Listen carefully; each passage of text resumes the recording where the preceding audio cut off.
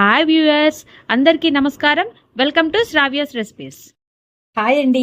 ఇవాళ మన రెసిపీ తోటకూర పొడికూర. తోటకూర పొడికూరకి కావాల్సిన పదార్థాలు ఎందుకు చూద్దామా. తోటకూర ఇలా తరిగి పెట్టుకొని పక్కన ఉంచుకోవాలండి. వెల్లుల్లి రెమ్మలు, ఉల్లిపాయలు, పచ్చిమిర్చి, కొత్తిమీర, కరివేపాకు, ఎండుమిర్చి, తాలింపు గింజలు, పచ్చిపప్పు ముందుగా ఇలా కొంచెం నానబెట్టుకొని పక్కన పెట్టుకోవాలండి. ఉప్పు, పసుపు, కారం. ఇక ప్రాసెస్ స్టార్ట్ చేద్దామా. ఒక బాండి పెట్టుకొని ఆయిల్ పోసుకోండి.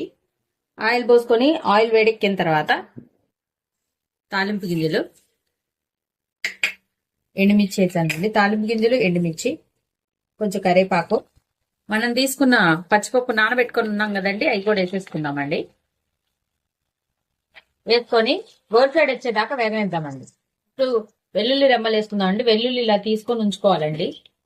ఇదిగోండి ఇలా తీసుకొని ఉంచుకోవాలి. వెల్లుల్లి అవి వేసేసుకొని వేయించుకున్నాము.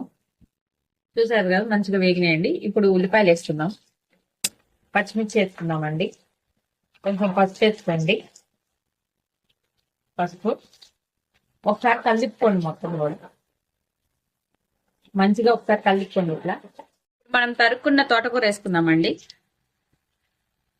కడిగి తరిగి పక్కన పెట్టుకున్నాం కదండి, ఆ తోటకూర వేసుకుందాం. వేసుకొని ఇది త్వరగా మగ్గాలంటే కొంచెం ఉప్పు వేసుకోవాలండి. త్వరగా బాగా మగ్గిపోతుంది, అంటే బాగా మెత్తగా అయిపోతుంది.